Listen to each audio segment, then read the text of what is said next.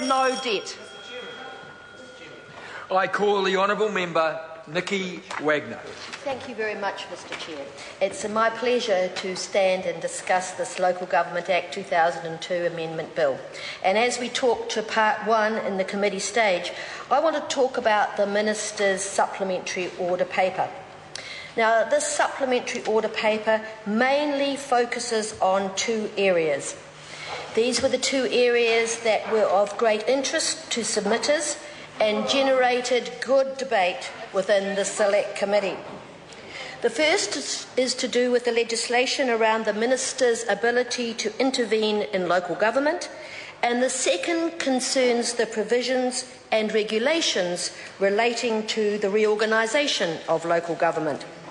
These are both complex areas, and although there were some parts of the legislation that the Select Committee could agree on, it was decided that the best way to make the changes, the best way to reflect submitters' opinion, and the best way to produce well-organised and coherent legislation was to do the work as a package, and hence we have this supplementary order paper. First of all, I'd like to deal with the powers of the Minister of Local Government and discuss the terms of the Minister's ability to support, to assist or intervene early as a problem arises in local government, rather than having to wait until the damage is done. Most submitters were in favour of additional support to councils if problems arose, and they understood the need for flexibility within the system and flexibility of response. And they supported a graduated or progressive system of assistance or intervention.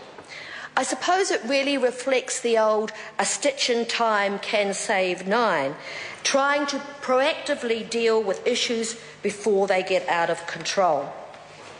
The other part of the supplementary order paper I'd like to discuss about their provisions and schedules for the reorganisation of local government. And there's no doubt that there needs to be changes in this area, because there has been no reorganisation under the existing rules since 1989. No changes, although the world is a very different place 24 years later. No changes despite the huge changes in everything else. Huge changes in society, huge changes in the economy, and huge changes how we live. The only tweak that's actually happened in those 24 years was the inclusion of Banks Peninsula into the Christchurch City rating area. And that was done by circumventing the rules. Yes, it was a pragmatic result, and I think it was a good one, but that's not something that we really want to foster. In the past 24 years, we've seen a big drop-off in the amount of people voting in the local government elections.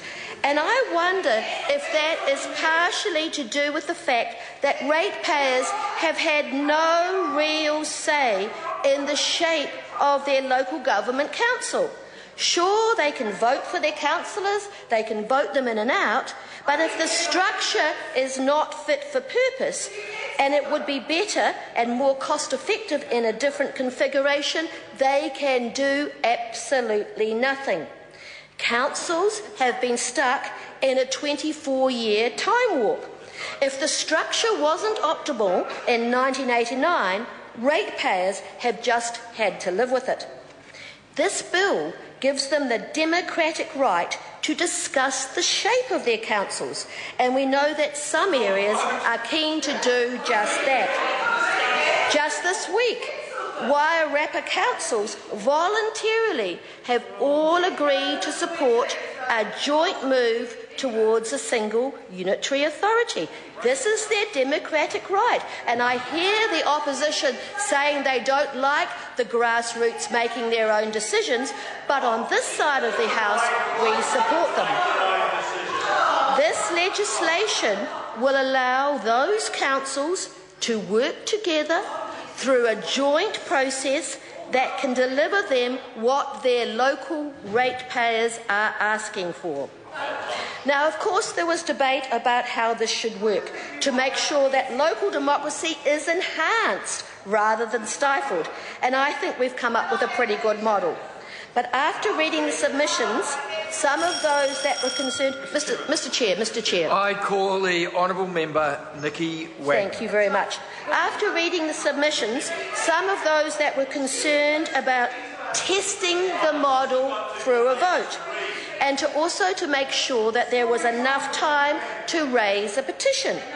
So the Minister has amended his legislation through his supplementary order papers, and he's amended the original requirements to make it easier for communities to exercise their vote by changing the petition requirements to 10% of voters in any affected territorial authority area and increasing the number of days allowed to complete the petition from 40 days to 60 days. And I believe that this will please some of our submitters.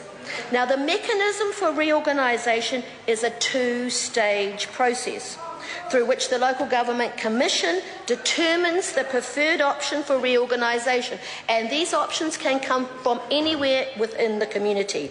They take the preferred option and they formulate that into the final proposal, which may be tested by a poll, and if it survives that poll, will be given effect by order in council.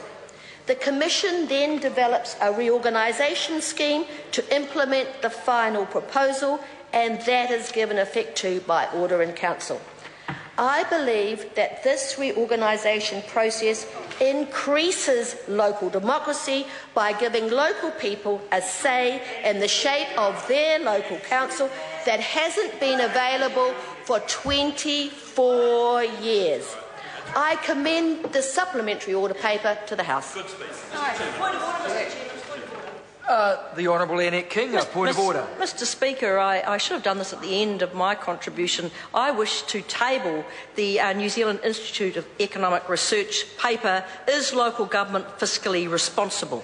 Is there any objection to that course of action being taken? There is none. The member may do so. I call the honourable member Phil Twyford. Thank you, Mr Chairman. Things have got